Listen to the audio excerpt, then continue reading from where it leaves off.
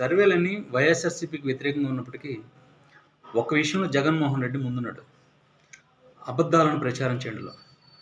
దానికోసం main stream మీడియాని, social మీడియాని గ్రిప్లో పెట్టుకున్నాడు. న్యూట్రల్గా ఉండాల్సిన అనలిస్టులని కొనేశాడు. ఈరోజున అదే అనలిస్టులు డిబేట్స్లో కూర్చొని వైఎస్ఆర్సీపీని సపోర్ట్ చేసుకుంటూ మాట్లాడుతున్నారు.